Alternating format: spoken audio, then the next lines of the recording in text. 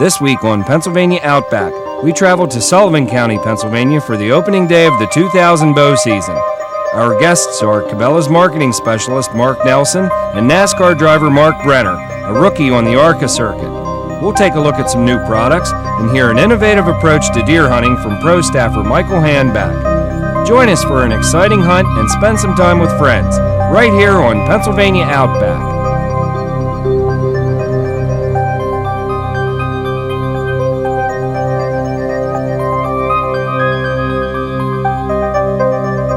Pennsylvania Outback is brought to you by the North American Archery Group, the world's most powerful archery equipment manufacturer. Scheide's Shoe and Clothing Barn. Glenn Lindemann's Buckwing Products, quality gear, successful hunts. Whitetail Hunting Strategies. Walker's Game Ear, hear like you've never heard before and protect from the harmful effects of muzzle blast. And Mossy Oak.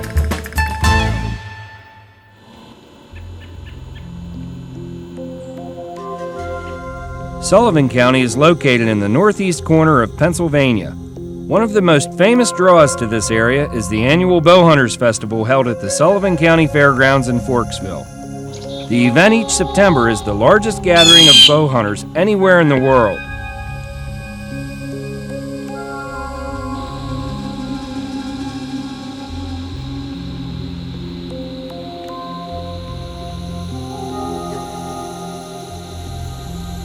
Before going hunting, special guest Marc Brenner is taking a few minutes to sight in his bow after his long trip from Alabama. Mark is a rookie driver on the NASCAR Winston Cup ARCA racing circuit. Even though a rookie, he has proved he has the talent to run with the best drivers in ARCA. Racing is one of the fastest growing spectator sports in the country, and the Outdoor Channel is represented well by proudly displaying their logo on the hood of Brenner's number 4 car. The Bull Moose logo has been seen by millions of racing fans all across the country. I'll tell you, Mark, that's exactly why, I need to go ahead and practice a little bit and check my equipment out after flying in from Alabama, and it's not real hard to bump these sights off, and it just takes a little bit to really throw your whole thing off, so it's really a good idea that we're doing this. A rifle or a bow or a handgun or whatever you're hunting with, Absolutely. If it's been on the airlines or been bumped around in the back of a truck or whatever, it's really important to go ahead to test it, not out sitting in the tree stand. Absolutely. So let's try this again. We'll see what happens this time. I'll give it a watch here.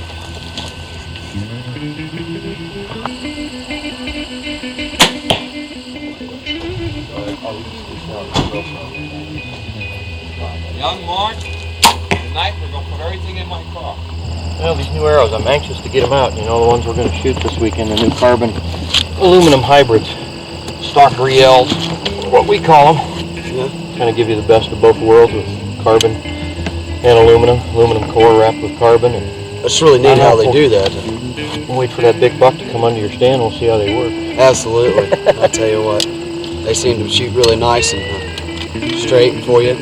Yeah, so far I'm enjoying them, at least on the range. We'll see what they're like out in the field. But they're supposed to kind of give you the best of both worlds. The strength and straightness factors of aluminum and the lightweight power of carbon. So the 3D guys really like them, and they're starting to use them out in the field, so we'll give them a good shot. I think they'll be really good on whitetail and deer-sized game. I really think they're going to perform well for us. So fantastic. I'm excited about it. I'll be anxious to hear about the big buck story. There's more exciting action coming up next. But first, a word from these sponsors. Mark's tree stand is situated at the intersection of several deer trails that have shown quite a bit of activity for the past 2 weeks. One of the most important things a bow hunter can do is pre-season scouting, and Mark was relying on Pennsylvania Outback staff to help him fill his tag. After about an hour wait, Mark saw his first activity, a large doe that would put herself right in his sights. Unfortunately, he did not have a doe tag and could only enjoy watching her feed, which is sometimes all a hunter needs.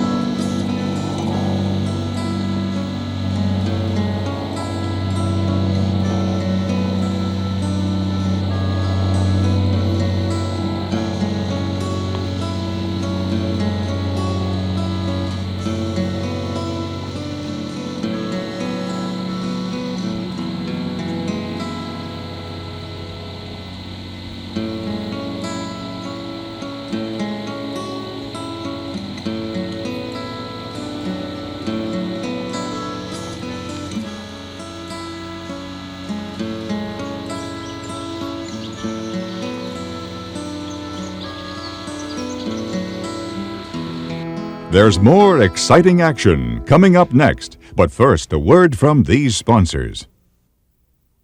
Well, fellas, first day, Pennsylvania bow season 2000. Let me hear some results. What'd you see? Well, Bob, it was a really enjoyable afternoon. We sitting there about 6:45 and a really nice doe, probably 130 pounds, stepped out and about 10 yards away and fed right up underneath us, and she fed right on down the road there, and I'll tell you what, it was just really beautiful afternoon to be there now next to the creek bank. And Mr. Mark, how about you? What'd you see? Had a great night. The stand is neat, where you've got the clover planted, where the food plot is. It took me a while to get used to that babbling brook right next to me. It's not something I'm used to hunting next to. So I had to, I got to listen to that, but I heard a rough grouse flush on the other side of the creek. I heard turkeys on both sides of the creek talking throughout the afternoon, and then finally I started hearing some noise on those rocks in the creek, and I knew something was crossing the creek, and had a doe, big doe, and a yearling come behind me and cross the creek and circle right back down and come right into that food plot and start eating. And before it was over, the yearling had fed right under the branches of the tree I was sitting in and was standing directly under the tree stand. I was, it was one of these deals, standing looking straight down like that.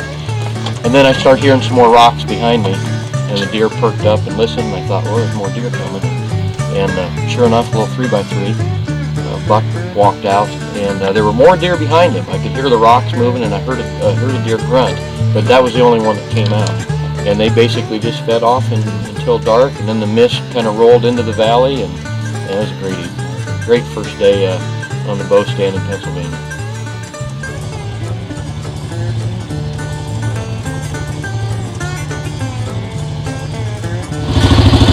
Well, Mark, where we're going to hunt this morning is a stand that I set up a couple weeks ago. There are some nice lock-in stands. We have a couple API lock-ons. Where we're at is we're right at the very top of the mountain where this one buck that I've been scouting, he's been using the ridge to just kind of check out the whole area. He catches all those curves from up the face of the mountain. There's a lot of good trails there, and we have not hunted this area hardly at all. So there has been no hunting pressure, and we're going to be the first guys up there to try to take it. All right. Get him located, maybe we'll get a shot. All right. That's all we can do. Here we go. After a short ride on the quad, we arrived at the top of the mountain and walked the last quarter mile to our tree stand. The area we were hunting has many old rubs and several fresh rubs made within the last 2 days. Last year, I had seen 2 bucks in this area that would easily qualify for the Pope and Young standards.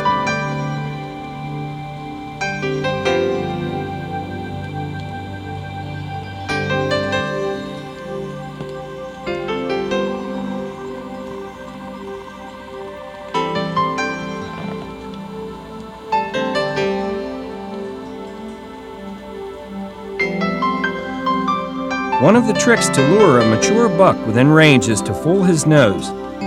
New for 2000, we were trying a Tink scent bomb filled with Tink 69 lure, a proven big buck attractant. Not only does the scent bomb act as a scent dispenser, it is a great way for bow hunters to mark known yardages.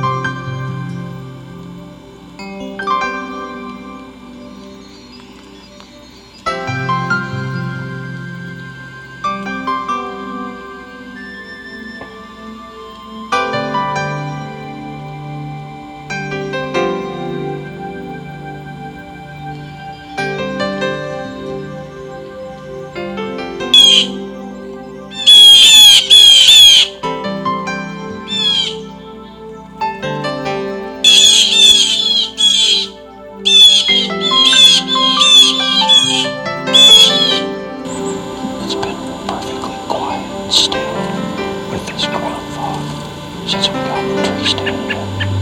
All of a sudden, it's like the whole forest just woke up. We had all these blue jays coming in and other birds and finches. All of a sudden, everything was just noisy. It was crazy. It's like everything just woke up really late because of the fog. So the deer will follow. Until recently, the most difficult challenge facing hunters was accurately determining the range to target. Mark is using one of Nikon's rangefinders, a great way to get quick and accurate measurement of range under virtually all conditions.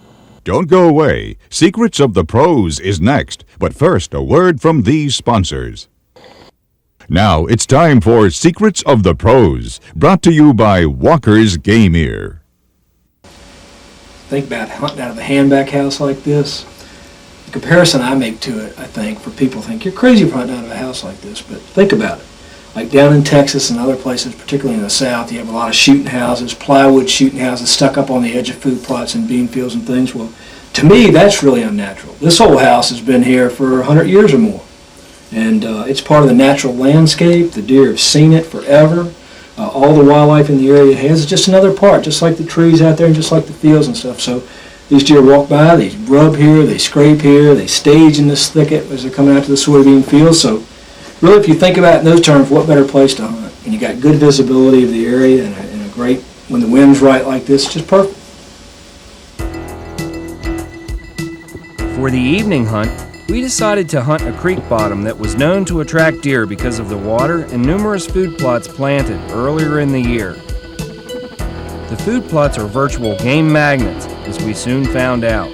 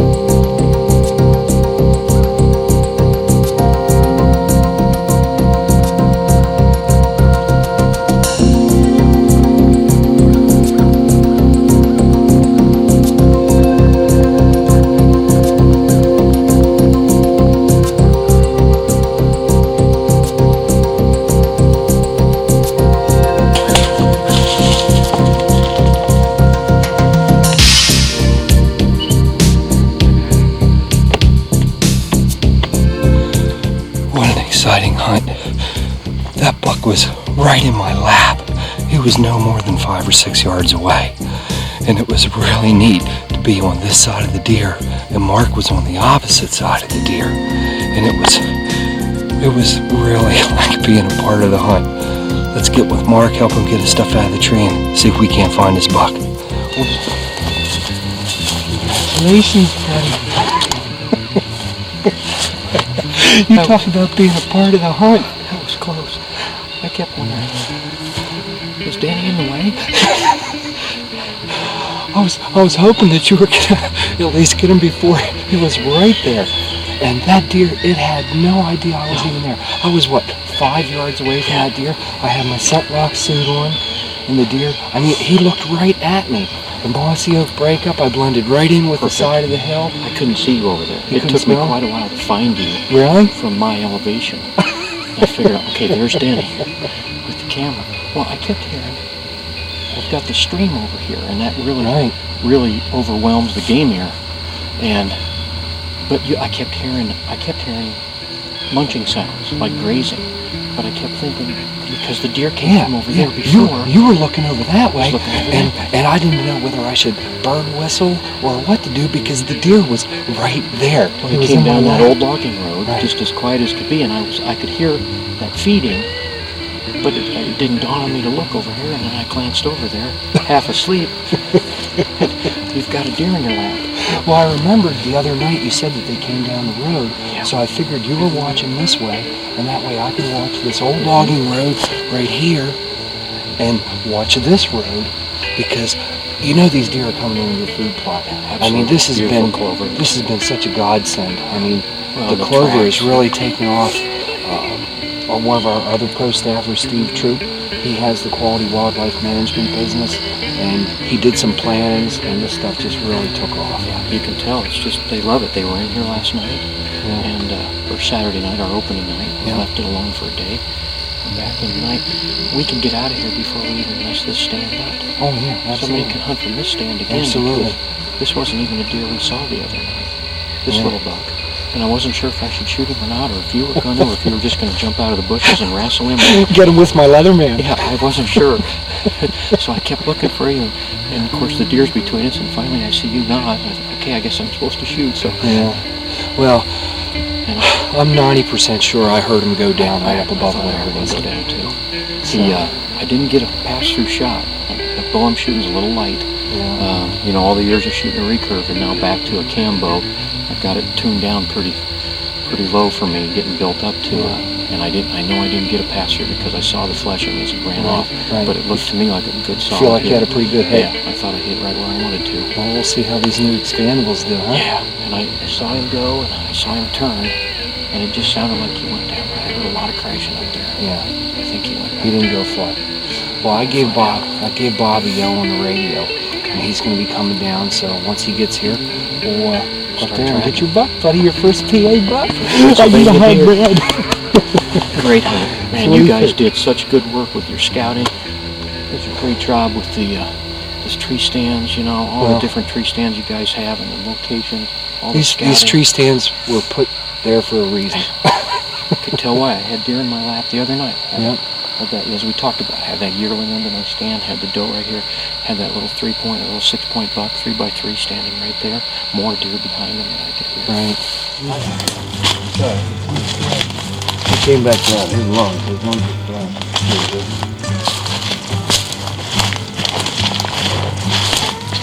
That's right there. Right there. I'm sitting down, you know, and gone over the side. Not a lot of blood. It's starting to dry. It's not right here.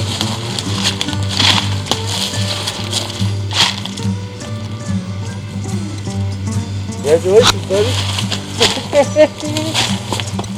There he is, right here. Buckle it up, buddy.